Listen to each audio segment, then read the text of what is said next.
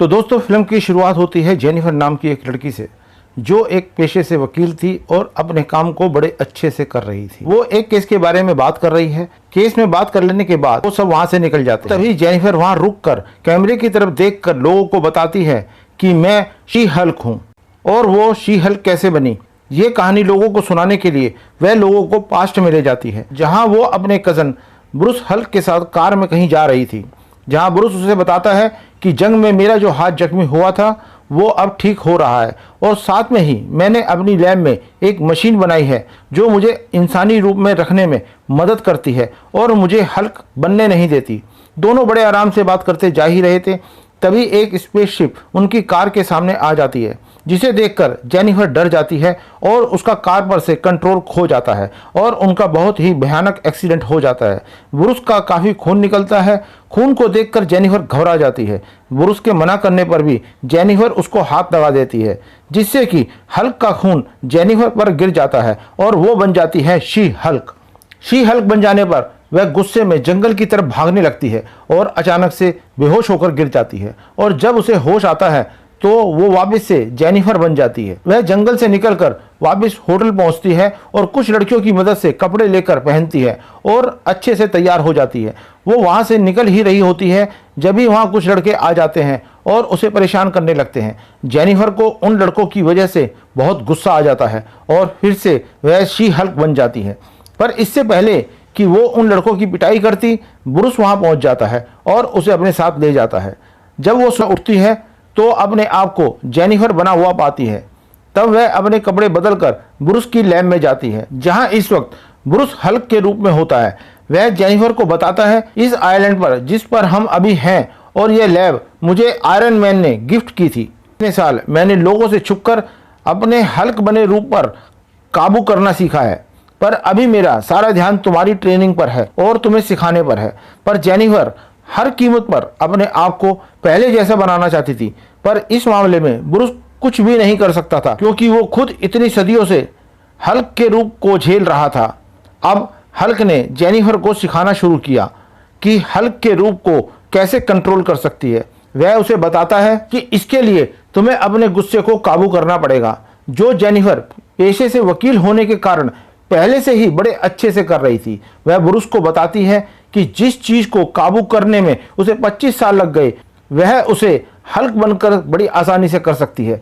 Bruce यह सब जानने के बाद थोड़ा जेलसी फील करता है, पर वह उसका उत्साह बढ़ाता है और कहता है कि तुम्हारी ट्रेनिंग में ज्यादा समय नहीं लगेगा। एक सुबह हल्क उसे शोर करके उठा देता है और वह हल्क बनकर उठने की कोशिश करती है तो उसका बैट टूट जाता है। तब उसे हल्क समझाता है कि उसे किस तरह के कपड़े और बैट की जरूरत पड़ेगी। उसके बाद हल्क जेनिफर को ट्रेनिंग देता है और लड़ने के तरीके सिखाता है, परंतु जेनिफर अपने घर लौटने की जल्दी में होती है। वह चाहती है कि वह शी हल्क से जेनिफर बन जाए और साधारण और शांति प्रिय जिंदगी जिए जैसा पहले जीती थी। हल्क उससे कहता है कि इसमें थोड़ा समय जरूर लगेगा, पर जब तक तुम यहाँ रहो मुझे यकीन है कि तुम जल्दी ही जेनिफर में बदल जाओगी और साधारण व्यक्ति की तरह रहोगी। जेनिफर इस बात से उदास हो जाती है कि एक रात में ही उसकी जिंदगी बदल गई। तब हल्क उसका मूड ठीक करने के लिए हल्क की ताकतों के फायदे के बारे में बताता है कि हम यानी हल्क एक बार में बहुत सारी शराब पी सकते हैं, जो एक आदमी के लिए नामुमकिन है।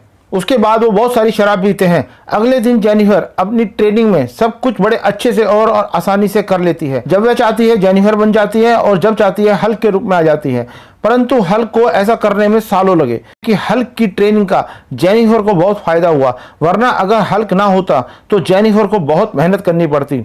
वो यहाँ रह रहकर तंग आ चुकी थी। वह अपनी पुरानी जिंदगी में जाना चाहती थी। अभी यहाँ ब्रूस उसे समझा ही रहा था कि दोनों के बीच लड़ाई शुरू हो जाती है। यहाँ दोनों का एक आश्चर्यजनक रूप दिखाई देता है।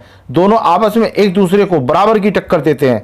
आइलैंड तो बर्बाद हो ही जाता है, साथ में ही हल्क का बार भी तबाह हो जाता है, जिसे हल्क बहुत चाहता था। जब शी हल्क का गुस्सा ठंडा होता है तो हल्क शी हल्क को बार को ठीक करने के लिए पूछता है। बार को ठीक करने के बाद हल्क जेनिफर को वापस शहर जाने की इजाजत दे देता है।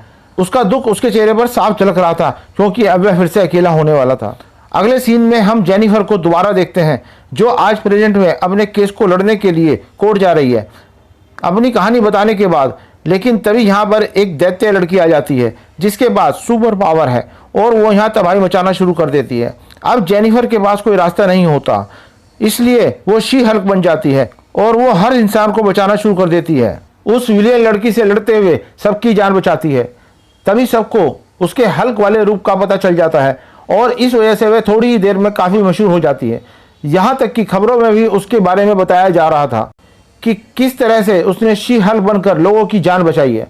परंतु जेनिफर को इसमें कोई फर्क नहीं पड़ता था, क्योंकि वह कभी भी सुपर पावर या मशहूर होना नहीं चाहती थी। उसे तो बस अपनी पुरानी और सादगी वाली ज़िंदगी पसंद थी, क्योंकि उसका मानना था कि सुपर हीरो की ज़िंदगी काफ़ी मुश्किलों से भरी होती है। जैसा कि वे लोग आम आदमी की मदद करते हैं, उसके लिए उन्हें कड़ी मेहनत करनी पड़ती है, वो भी बिना पैसों के। तब वो एक पार्टी में जाती है जो उसके दोस्तों ने अरेंज की होती है, उसके केस जीतने व शी हल्क बनने की खुशी में। तभी जेनिफर का बॉस आ जाता है और कहता है कि मुझे तुमसे बात करनी है, तुम शी हल्क से जेनिफर के रूप में आ जाओ। जेनिफर के ऐसा करते ही उसका बैलेंस खराब हो जाता है और वो गिर पड़ती है, क्योंकि उसने बहुत ज़्यादा शराब पी होती है, जिसका अंदाजा उसे हल्क बने रूप में नहीं होता। फिर उसका बॉस कहता है कि तुम केस तो जीत गई, परंतु तुम्हें यह जीत इसलिए मिली है कि तुम शी हल्क हो, क्योंकि तुमने जिस जज की जान बचाई उस जज ने तुम्हारे हक में फैसला कर दिया, जिसका नतीजा यह हुआ कि ये केस बंद हो गया और ये हमारी कंपनी के लिए अच्छा नहीं है, इसलिए मैं तुम्हें नौकरी से निकाल रहा हूँ क्योंकि तुम शी हल्क हो। यह सुनकर जेनी के होश उड़ जाते हैं और वो खुद को संभालते हुए नई नौकरी की तलाश में जुट जाती है, पर ऐसा करना मुश्किल हो जाता। शी हल्क को कोई भी नौकरी देने को तैयार नहीं था। अब वह उदास होकर बैठ जाती है। तभी उसके पेरेंट का मैसेज आता है जो उसे अपने साथ खाना खाने के लिए बुलाते हैं। यहाँ वो अपने पिता के साथ बैठकर अपने दिल को हल्का करती है और उन्हें बताती है कि कैसे कुछ पिछले दिनों में उसकी जिंदगी बदल गई। वो तो यहाँ तक कह देती है, काश उस दिन ब्रुश को मैंने वहीं मरने के लिए छोड़ दिया होता, तब शायद सब कुछ ठीक होता और मुझे सब कुछ झेलना नहीं पड़ता। पर उसके पिता जेनी को हौसला देते हैं। तब जेनी एक नई आशा के साथ मुश्किलों का सामना करने के लिए निकल पड़ती है। जेनी एक बार में बैठी है जहां पर एक कंपनी का बॉस, जिसके विरुद्ध वो एक मुकदमा लड़ रही होती है, वो आता है और जेनी को नौकरी देने के लिए कहता है और अगले दिन अपने ऑफिस में बुलाता है। वहां पहुंचने पर उसे पता चलता है कि वो लोग एक नया डिपार्टमेंट खोल रहे हैं जहां उसे उन लोगों के केस लड़ने पड़ेंगे जिनके पास सुपर पावर है। ऐसे लोगों को सुपर ह्यूमन कहा जाता है, इसलिए उसे हर समय हल्क के रूप में रहना होगा। यह सुनकर जेनी कैमरे के सामने बोलती है कि मुझे वो हर काम क्यों करना पड़ता है जिसको मैं करना ही नहीं चाहती। हमें उसकी हालत देखकर उस पर तरस भी आता है और उस पर हंसी भी आती है। पर यहाँ उसे बताया जाता है कि उसका पहला केस एबोमिनेशन का होगा। एबोमिनेशन दरअसल हल्क का बहुत बड़ा दुश्मन था। उसने हल्क को जान से मारने की कोशिश भी की थी। हल्क ने उसको हराकर जेल में बंद कर दिया। अब उसकी सजा पूरी हो गई। अब वह जब जेल से बाहर निकलेगा तो लोग बहुत शोर मचाएंगे। इसलिए जेनी का बॉस उसको कहता है कि तुम्हें कोर्ट में उसे निर्दोष साबित करना होगा, परंतु जेनी ब्रुस की वजह से ऐसा करने से हिचकिचा रही है। उसका बॉस कहता है कि एक बार अच्छे से सोच लो और एबोमिनेशन से मिल लो। जब जेनी एबोमिनेशन से मिलने जेल जाती है तो वह अपने आप को बेकसूर साबित करने का कोई भी मौका नहीं छोड़ता। वह जेनी को बताता है कि वह एक आम इंसान है जो सुपर पावर की मदद से आम इंसानों की मदद करता है, परंतु गवर्नमेंट के एक्सपेरिमेंट्स की वजह से मैं बुरा विलेन बन गया और हल्क हीरो बन गया और अब मैं बदल गया हूँ और एक शांति प्रिय जिंदगी जीना चाहता हूँ जिसमें मुझे तुम्हारी मदद की जरूरत है। जेनी सोचने का समय मांग कर वहां से निकल जाती है। घर पहुंचकर वह हल्क को फोन करती है और उसे सारी बात बताती है और हल्क से केस लड़ने की इजाजत मांगती है। इस पर हल्क उसे केस लड़ने की इजाजत दे देता है, क्योंकि उसका भी यही मानना था कि एबोमिनेशन अब शायद बदल गया है। यह सुनकर जेनी को बहुत अच्छा लगता है। जेनी खुशी खुशी अपने बॉस को फोन करके बताती है कि वह केस लड़ने के लिए तैयार है। तभी उसका बॉस उसको टीवी देखने के लिए कहता है। जेनी टीवी पर देखती है कि एबोमिनेशन जेल से भाग गया है और वह कहीं एक जगह पर लड़ाई कर रहा है। इसका मतलब वो बदला नहीं और जेनी के सामने ड्रामा कर रहा था। यह देखकर जेनी गुस्से में एबोमिनेशन से मिलने जाती है, जिसे दोबारा पकड़कर जेल में डाल दिया गया था। जेनी उसके ऊपर आग बबूला हो जाती है और उससे कहती, तुमने मुझसे झूठ बोला और मेरे सामने एक्टिंग की अच्छा बनने की। पर इस पर एबोमिनेशन उसे बताता है कि यह मैंने अपनी मर्जी से नहीं किया। वो चीफ जिसका नाम वोंग है और एक जादूगर है, मैंने यह सब उसके कहने पर ही किया है। इस पर जेनी अपने एक दोस्त को वोंग को ढूंढने के लिए कहती है और वो वोंग को ढूंढ लेती है। वह बताती है कि वह एक लाइब्रेरी में काम करता था। तब जेनी तुरंत वोंग से मिलने के लिए निकलती है। वह जानना चाहते हैं कि उसने एबोमिनेशन को लड़ने के लिए क्यों कहा। तभी खबरों में जेनी के बारे में आ रहा होता है कि वो एक गलत आदमी का केस लड़ रही है, उसकी सहायता क्यों कर रही है। वो एबोमिनेशन जो दुनिया के लिए सबसे बड़ा खतरा बन गया है। जेनी अपने केस में लग जाती है। तभी वहां वोंग आ जाता है और उससे कहता है कि जो भी एबोमिनेशन कह रहा है वो सच है। वास्तव में मैं एक जादूगर बन चुका हूं और मुझे अपनी ताकत का अंदाजा है। मैं एबोमिनेशन को उस क्लब में ले गया था ताकि मैं उससे लड़कर अपनी ताकतों पर काबू कर सकूं। शी हल्क वोंग को बताती है कि उसकी इस हरकत से एबोमिनेशन को अब जमानत नहीं मिलेगी। अगर तुम कोर्ट में ये कह दो कि एबोमिनेशन बेकसूर है तो तुम उसे लड़ने के लिए लेकर गए थे तो शायद वह बच जाए। यह सुनकर वोंग मान गया और एबोमिनेशन का केस शुरू हो जाता है और सारे फैसले उसके हक में हो जाते हैं। और वह जज को बताता है कि अब वह एबोमिनेशन वाले रूप को कंट्रोल कर सकता है। तब वह सबके सामने एबोमिनेशन वाला रूप भी दिखाता है। यहाँ वो जेल में होता है, फिर भी सब उससे डरने लगते हैं। यह देखकर जज उसको जमानत तो दे देते हैं, उसको दोबारा एबोमिनेशन वाले रूप में आने पर मना करते हैं। जेनी जब केस जीतने के बाद वहां से निकलती है, मीडिया वाले उसकी जान खाते हैं। कोई उसे अच्छा कह रहा था तो कोई उसकी आलोचना कर रहा था, परंतु जेनी उन पर ध्यान नहीं देती और वहां से भाग जाती है। जेनी का एक पुराना दोस्त सुपर ह्यूमन के ऑफिस में अपने दोस्त के खिलाफ एक केस लेकर आता है।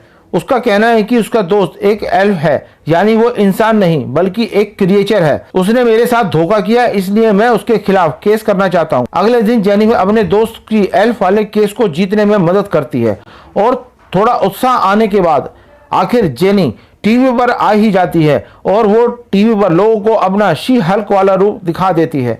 रात को जेनी जब कार से अपने घर जा रही होती है तब कुछ लोग जेनी पर हमला कर देते हैं, पर वह खुद को शी हल्क में बदलकर खुद को बचाती है। असल में वह लोग उसके ब्लड का एक सैंपल इंजेक्शन से लेना चाहते थे।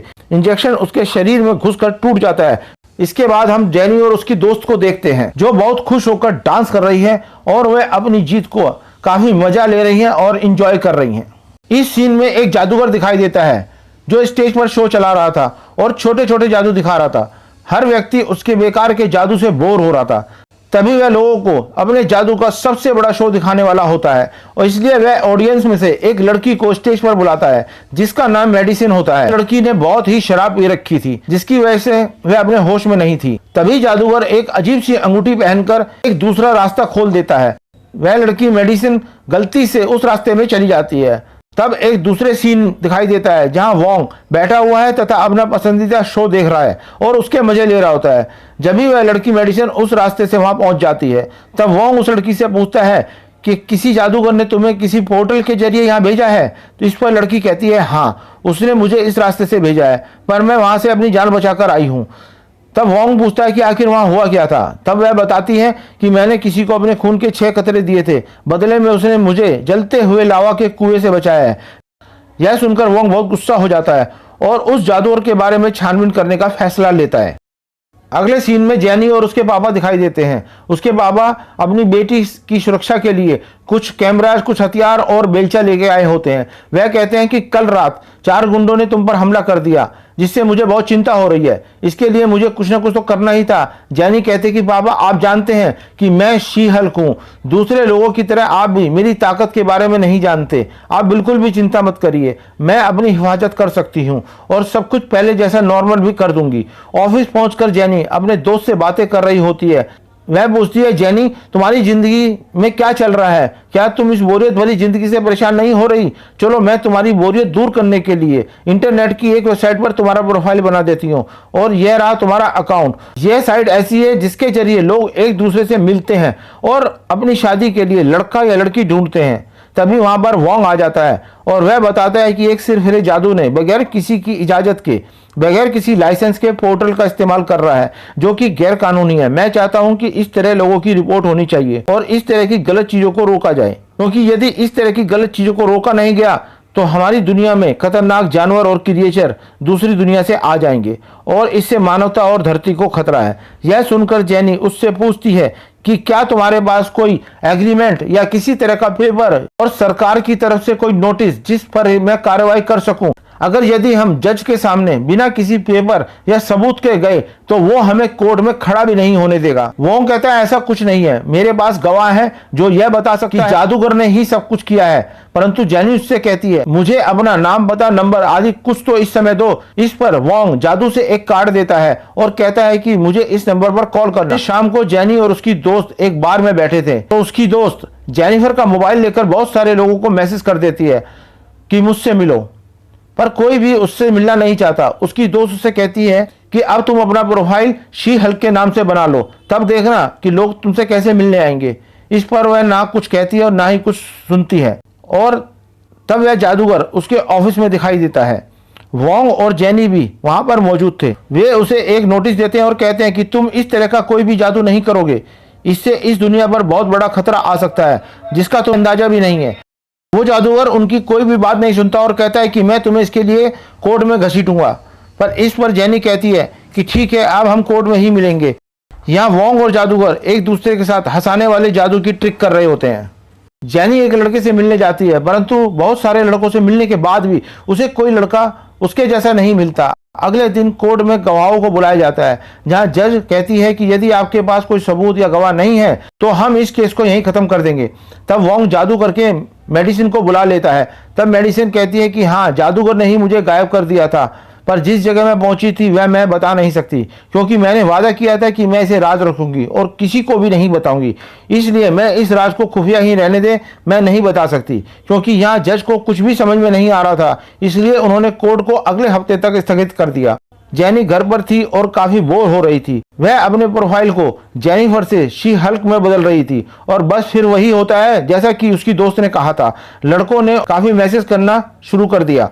अब हम उसी जादूगर को उसके शो में देखते हैं, जहां वो एक दूसरी लड़की को पोर्टल के जरिए गायब करने वाला था, पर वो लड़की उसे ऐसा करने से मना कर देती है। वह कहती है, मेरी दोस्त, वह लड़की जिसको तुमने पिछली बार गायब किया था वह अभी तक नहीं आई है, इसलिए मैं तुम्हारी बातों में आने वाली नहीं। इतना सुनकर वह जादूगर किसी और जगह पोर्टल खोल देता है, जिसमें से एक पक्षी बाहर आता है और वह उस लड़की के हाथ पर अंडा दे देता है। और जब वह अंडा फूटता है तो उसमें से एक क्रिएचर निकलता है और सभी यह देखकर आश्चर्यचकित हो जाते हैं।